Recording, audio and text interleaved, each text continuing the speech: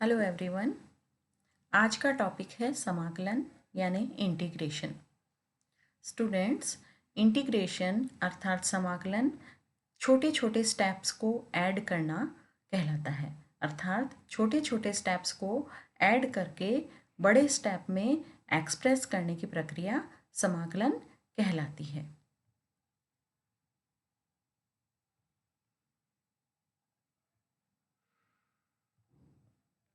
तो छोटे छोटे स्टेप्स को हम बड़े स्टेप्स में कैसे कैसे ऐड करके बड़ा स्टेप बनाएंगे। यह प्रोसेस जो है ये डिफरेंशिएशन का एकदम अपोजिट प्रोसेस है। डिफरेंशिएशन हमने लास्ट लेक्चर में पढ़ा था। डिफरेंशिएशन अर्थात अवकलन अर्थात किस प्रकार से एक बड़ी राशि को या बड़े अमाउंट को हम छोटे छोटे स्टेप में तोड़ सकते हैं या छोटे छोटे पदों में तोड़ सकते हैं। तो यह प्रोसेस कहलाता है डिफरेंशिएशन, यानी बड़ी चीज़ को विभाजित करके छोटे भागों में विभाजित कर देना, डिवाइड कर देना। एवं इसका उल्टा प्रोसेस होता है समाकलन, अर्थात छोटे छोटे स्टेप्स को जोड़कर बड़ा अमाउंट बना देना अर्थात बड़ी राशि बना देना समाकलन कहलाता है। तो समाकलन का बहुत ही ज़्यादा यूज़ है केमिस्ट्री में। इंटीग्रेशन और डिफरेंशिएशन इन दोनों ही पदों को हम केमिस्ट्री में काफ़ी जगह पढ़ते हैं। अतः इनको हमें फर्स्ट ईयर में ही पढ़ना जरूरी होता है फिजिकल केमिस्ट्री में। समाकलन के अध्ययन की शुरुआत हम समतल क्षेत्रों के क्षेत्रफल को ज्ञात करने के लिए करते थे। और समाकलन यानी योग होता है। समाकलन का मतलब समेशन होता है और समाकलन का संकेत एस या ये जो समाकलन का संकेत है अर्थात एस या समेशन, हम इसको सांकेतिक भाषा के रूप में उपयोग करते हैं या इंटीग्रेशन के फॉर्म में उपयोग करते हैं। और समाकलन जो है यह अवकलन की ही इन्वर्स प्रक्रिया है अर्थात उल्टी प्रक्रिया है। और मतलब अवकलन का उल्टा जो होता है वो समाकलन होता है। अतः इसे हम एंटी डेरिवेटिव भी कहते हैं। समाकलन को हम एंटी डेरिवेटिव भी कहते हैं। अब इसकी परिभाषा डेफिनेशन कि किसी भी फलन स्मॉल एफ एक्स का समाकलन जो होगा वो कैपिटल एफ एक्स होता है। किसी भी फलन स्मॉल एफ एक्स का समाकलन किसी भी फलन स्मॉल एफ एक्स का समाकलन डी एक्स के साथ हमेशा कैपिटल एफ एक्स होता है। और यहाँ डी बाई डी एक्स यानी डिफ्रेंशिएशन ऑफ या derivative of capital F x, derivative of capital F x क्या होता है, स्मॉल फंक्शन के रूप में होता है। अर्थात जिस स्मॉल फंक्शन का हम समाकलन करते हैं या जिस बड़े फंक्शन को हम ब्रेक करके छोटे छोटे पदों में डिवाइड कर देते हैं वो तो छोटा पद है डेरिवेटिव। और इन छोटे छोटे पदों को हम dx यानी समाकलन करें यानी समेशन कर दें यानी योग कर दें तो इससे हमें बड़ा पद बड़ा फंक्शन fx प्राप्त हो जाता है। तो इसको हम इस प्रकार से पढ़ते हैं कि समेशन ऑफ एफ एक्स का summation into D x is equal to capital F x. जहाँ हम ये भी देख सकते हैं, देखो small f x into D x, small f x into D x is equal to capital F x. Small f x into D x is equal to capital F x, जिसे हम यहाँ शो कर रहे हैं summation of F x D x is equal to capital F x. जहाँ small f x क्या है, it is the integrand जिसका हम समाकलन कर रहे हैं, जिसका समाकलन हमें करना है, जिस फंक्शन का हमें समाकलन इंटीग्रेशन करना है उसे हम इंटीग्रैंड कहते हैं। तथा जो हमें समाकलन के बाद राशि प्राप्त हुई, समाकलन के सॉल्यूशन से समाकलन के रिजल्ट से हमें जो रिजल्ट प्राप्त हुआ उसे हम इंटीग्रल कहते हैं। तो एफ एक्स जो है इट इज़ द इंटीग्रल, क्योंकि इंटीग्रेशन के बाद हमें ये रिजल्ट मिला है, इसे हम कैपिटल एफ एक्स को तो इंटीग्रल कहते हैं यानी समाकल कहते हैं। और जिसका हमने छोटे छोटे स्टेप्स से समाकलन किया यानी जिसका हमें समाकलन करना है, जिस फंक्शन का जिसका हम समाकलन कर रहे हैं स्मॉल एफ एक्स फंक्शन का, इसे हम कहते हैं इंटीग्रैंड यानी समाकल्य कहते हैं। अब हम आते हैं समाकलन की प्रोसेस पर। सबसे पहले समाकलन स्थिरांक या कांस्टेंट ऑफ इंटीग्रेशन। मान लीजिए हमें किसी कांस्टेंट का हमें इंटीग्रेशन करना है, तो कांस्टेंट का इंटीग्रेशन से पहले हम उस कांस्टेंट का डिफरेंशिएशन पढ़ेंगे कि किसी भी कांस्टेंट का जो डिफरेंशिएशन होता है वो हमेशा ज़ीरो होता है। हमने पढ़ा है लास्ट लेक्चर में कि कांस्टेंट का डिफरेंशिएशन हमेशा ज़ीरो होता है।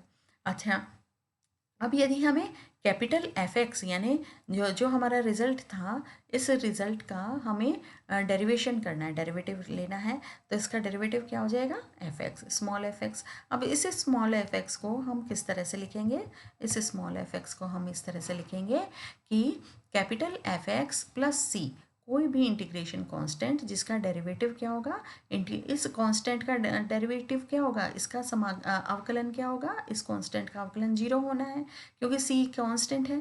इसका अवकलन क्या होगा, डी बाई डी एक्स, इसका डी इसका अवकलन जो है इस किस प्रोसेस में करेंगे, D by D x of F x plus D by D x of C.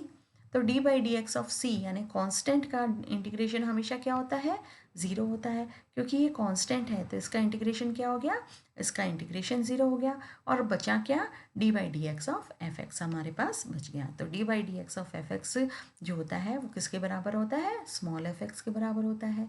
तो इस तरह से यदि हम इसमें सी को ऐड कर दें तो कोई दिक्कत नहीं है, क्योंकि सी की जो डिफ्रेंशिएशन होता है, सी कांस्टेंट जो है उसका अवकलन जो होता है वो हमेशा ज़ीरो होता है।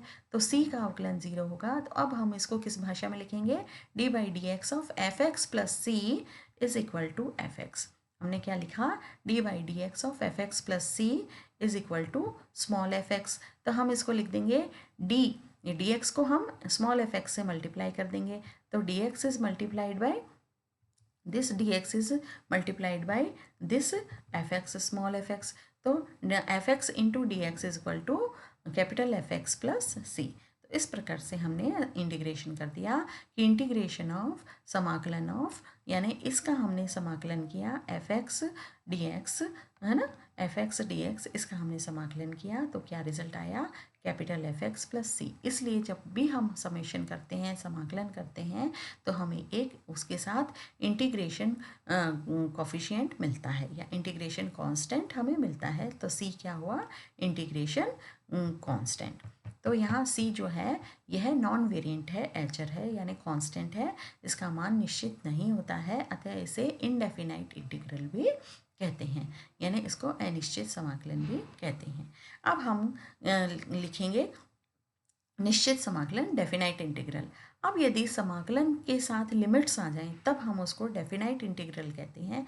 यदि समाकलन को सीमाओं में करना हो यानी लिमिट्स के अंदर करना हो तो हम उसे निश्चित समाकलन कहेंगे। और निश्चित समाकलन जो होगा डेफिनाइट इंटीग्रल, उसमें सी जो है वो नहीं आता है। देखिए आगे,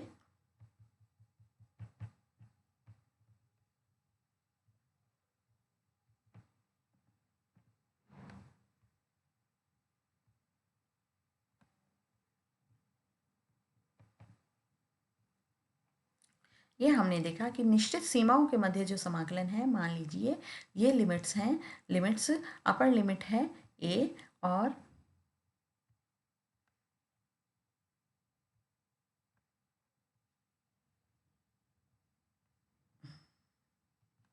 अपर लिमिट है, लोअर लिमिट है ए, जो नीचे की साइड लिखी जाती है वो लोअर लिमिट होती है, निम्न सीमा होती है, छोटी सीमा होती है, और जो ऊपर की तरफ लिखा जाता है समेशन साइन के ऊपर की तरफ वो अपर लिमिट होती है। तो यहाँ अपर लिमिट बी है और लोअर लिमिट ए है। यहाँ अपर लिमिट क्या है, अपर लिमिट बी है और लोअर लिमिट ए है। तो integration within the limits a to b, इसको हम क्या बोलेंगे, integration within the limits, integration within the limits a to b of F x into D x है। तो ये जो सीमाएं हैं उसको नेक्स्ट टाइम में क्या लिख देंगे, इन सीमाओं को इस समेशन साइन की जगह स्क्वायर ब्रैकेट हम ले आते हैं, स्क्वायर ब्रैकेट के रूप में लिख देते हैं, और अपर लिमिट और लोअर लिमिट को हम ब्रैकेट के ऊपर और नीचे की तरफ लिख देते हैं। नीचे की तरफ लोअर लिमिट और ऊपर की तरफ अपर लिमिट हम लिख देते हैं। नीचे की तरफ लोअर लिमिट, ऊपर की तरफ अपर लिमिट हम लिख देते हैं। और लास्टली इसका रिजल्ट होता है फंक्शन यानी एक्स की वैल्यू हम अपर लिमिट के रूप में x इज इक्वल टू, पहले हम b लिखते हैं minus x is equal to a लिखते हैं। इसकी वैल्यू क्या हो जाएगी, f b, f upper limit minus f a lower limit, है ना। तो इस तरह से हम इसका रिजल्ट लिख देते हैं। तो a तथा b जो है समाकलन की निम्न व उच्च सीमाएं हैं, लिमिट्स हैं। अब हम कुछ एक जो अवकलन हैं वो अवकलन के जो मानक सूत्र हैं यानी स्टैंडर्ड फॉर्मूला है, उनके थ्रू हम समाकलन को देखते हैं कि इनके समाकलन क्या होंगे या समेशन क्या होंगे। जैसे हमने D by D x of x, x का जो अवकलन है डी एक्स के साथ, यानी d by D x of x यानी एक्स का डी एक्स के साथ जो अवकलन है वो हमेशा 1 के बराबर होता है। तो यहाँ इंटू 1 इंटू डी एक्स यानी 1 का समाकलन कर दें, 1 into d summation of 1 into D x is equal to d x, है ना। 1 into D x is equal to x, x के बराबर हो जाएगा। यानी किसी भी 1 का अगर हम समाकलन करेंगे, 1 का समाकलन हमेशा x प्लस सी के बराबर होगा। सेकेंड इंटीग्रल है D by D x of X की power n plus 1 upon n plus 1 is equal to X की पावर n।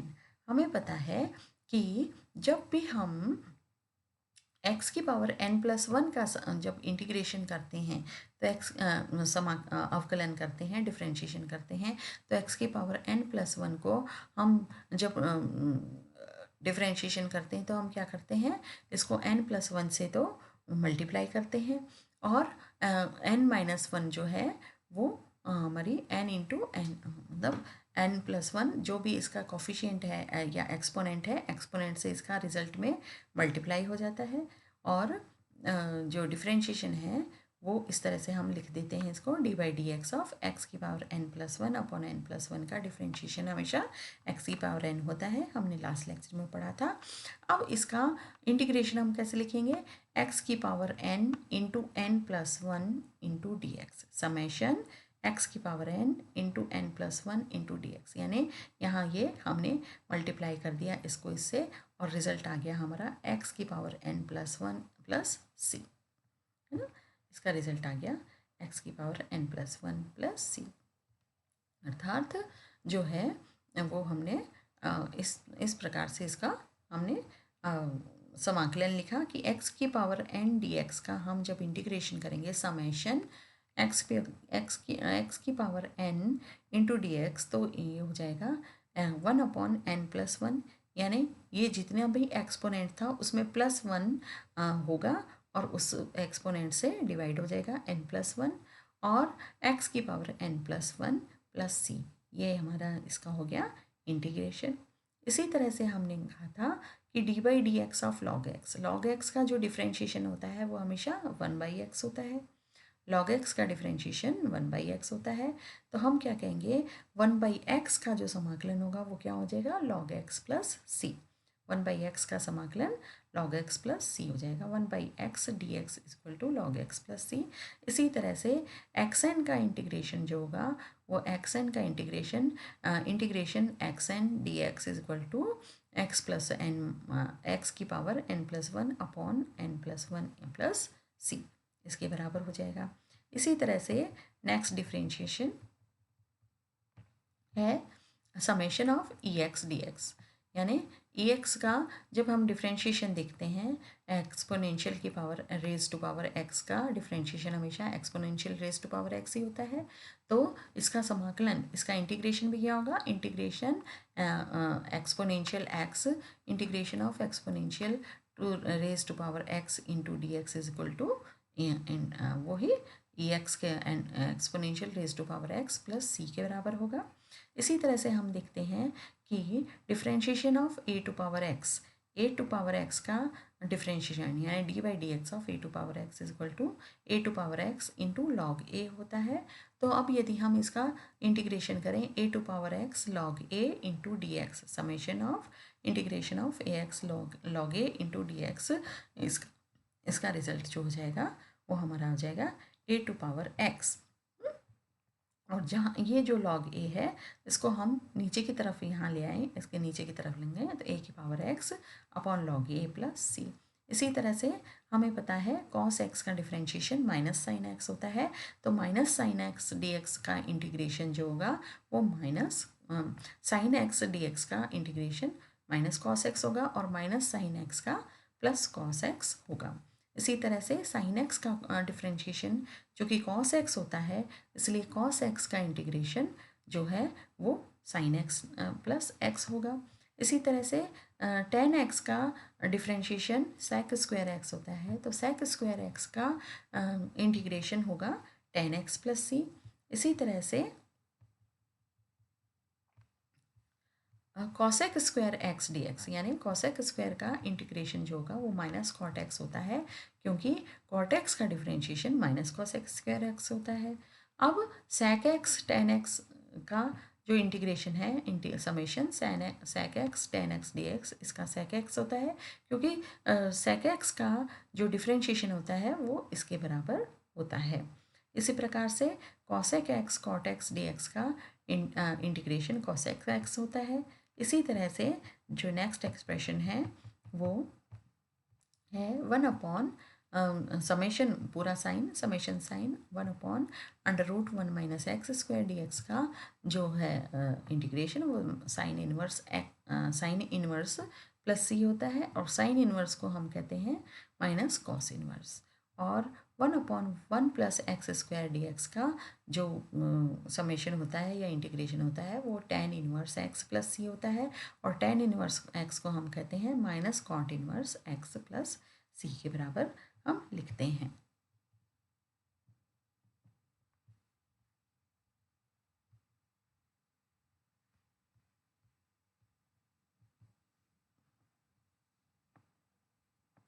अब हम आते हैं इंटीग्रेशन की थ्योरम्स पे कि क्या थ्योरम हुई। पहली तो यही थ्योरम हो गई कि यदि कोई कांस्टेंट से मल्टीप्लाई हो, है ना, कोई कांस्टेंट भी हो, के कांस्टेंट हो, उसका भी इंटीग्रेशन हमें अगर करना है तो उसका इंटीग्रेशन हम नहीं करेंगे, कांस्टेंट को हमेशा हम बाहर की तरफ लिख देंगे। तो यह हम किस तरह से लिखेंगे कि के अगर कांस्टेंट है तो कांस्टेंट का इंटीग्रेशन नहीं होगा, के एफ एक्स डी एक्स को हम के को बाहर लिख देंगे, कांस्टेंट को बाहर लिख देंगे, और बचे हुए का इंटीग्रेशन यानी एफ एक्स डी एक्स का इंटीग्रेशन कर देंगे, और प्लस सी हमारा इंटीग्रेशन कोफिशिएंट आ जाएगा। यदि दो फंक्शन या दो से ज़्यादा फंक्शन ऐड हो रहे हैं या माइनस हो रहे हैं, सब्ट्रैक्ट हो रहे हैं, तो इनका इंटीग्रेशन जो होता है वो इंटीग्रेशन भी इनका ऐड और सब्ट्रैक्ट हो जाएगा। जैसे F x plus minus f2x यानी f1x पहला फंक्शन इंटू डी एक्स, तो इसको हम क्या लिखेंगे, f1x डी एक्स या summation of f1x d x plus minus summation of f2x d x and so on, plus last में इंटीग्रेशन कांस्टेंट c।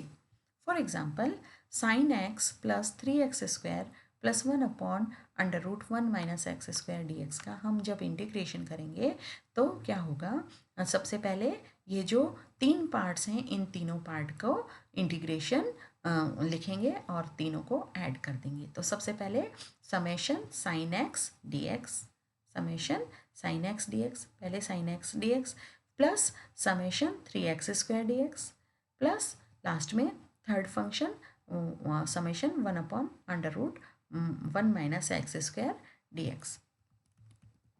तो sin x का हमें पता है, sin x का समाकलन इंटीग्रेशन होता है माइनस कॉस एक्स, तो sin x dx का हो गया माइनस कॉस एक्स। 3x² का इंटीग्रेशन अभी हमने पढ़ा था n+1 से डिवाइड होगा, और n+1 से इसकी जो वो है घातांक यानी इसका एक्सपोनेंट जो है, घातांक जो है, यह n+1 हो जाएगा,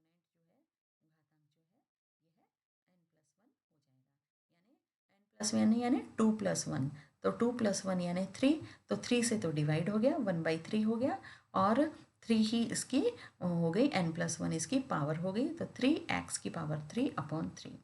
और 1/√1 - x² का हमने अभी इंटीग्रेशन पढ़ा था, कितना होता है, sine inverse x plus last में इंटीग्रेशन कांस्टेंट c। तो हमारा जो रिजल्ट हो वो हो गया minus cos x plus x³ plus sine inverse x plus c। Next example है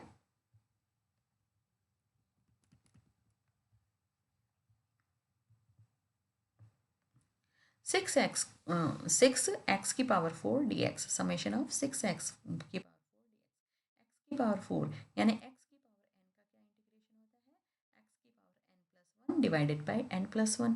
ठीक है, तो n+1 कितना हो गया, 4+1 यानी 5, तो 5 से तो डिवाइड हो गया, एंड 6x की पावर 5 ऊपर हो गया, तो इससे मल्टीप्लाइड हो गया, ये 6x की power 5/5 plus c। Next example है, यदि हमें लिमिट्स लगा दी जाए, लिमिट लोअर लिमिट है 1 और अपर लिमिट है 2, लिमिट्स के मध्य में समाकलन करना हो, if we have to integrate between the limits, तो क्या होगा, x की पावर 2 dx, यानी x की पावर 2। तो पहले तो ये समेशन साइन को हटा के हम स्क्वायर ब्रैकेट लेंगे और स्क्वायर ब्रैकेट में अपर लिमिट और लोअर लिमिट को लिख देंगे, लोअर लिमिट को नीचे, अपर लिमिट को ऊपर, और x की पावर n का जो समाकलन है वो क्या होगा, x की पावर n का इंटीग्रेशन होता है 1/n+1 और x की पावर n+1। तो 1/n+1 कितना होगा, n है यहाँ 2, तो n+1 यानी 2+1 यानी 3, तो 1/n+1 यानी 1/3 इंटू एक्स की पावर n+1 यानी x की पावर 3। अब अपर लिमिट, अब x की वैल्यू पहले तो हमें लिखनी है 2 और बाद में लिखनी है x की वैल्यू 1 और दोनों को माइनस करना है। पहले अपर लिमिट की वैल्यू लिख दी हमने, अपर लिमिट की वैल्यू है 2, तो x की वैल्यू यहाँ हम पुट कर देंगे 2, तो 2/3 डिवाइडेड बाई 3, 2/3 डिवाइडेड बाई 3 यानी 2/3 को हम क्या लिख देंगे 8, तो 2/3 डिवाइडेड बाई 3 यानी 8/3 माइनस लोअर लिमिट, अब x की वैल्यू हम लिखेंगे लोअर लिमिट यानी 1, तो 1 की पावर 3/3 और 1 की पावर 3/3 यानी 1/3, तो 8/3 माइनस 1/3 इज इक्वल टू कितना हो जाएगा 7/3। तो यह इसका रिजल्ट हो गया। इसी तरह से नेक्स्ट एग्जांपल है 10x sec x dx, इसका इंटीग्रेशन हमें पता है 10x sec x का इंटीग्रेशन sec x dx होता है, तो sec x जो है वो sec x plus c integration constant, यह इसका रिजल्ट है। तो इस प्रकार से हम इंटीग्रेशंस को करते हैं। ये कुछ एक एग्जांपल्स थे जिनके साथ हमने इंटीग्रेशंस को पढ़ा। आगे के कुछ प्रैक्टिस एग्जांपल्स आपको हम देंगे और आप भी अपनी जो बुक्स हैं उन बुक्स में से प्रैक्टिस के एग्जांपल्स कीजिए और इंटीग्रेशन को आप पढ़िए। नेक्स्ट लेक्चर हमारा प्रोबेबिलिटी और परम्यूटेशन पे होगा। आज के लिए इतना ही।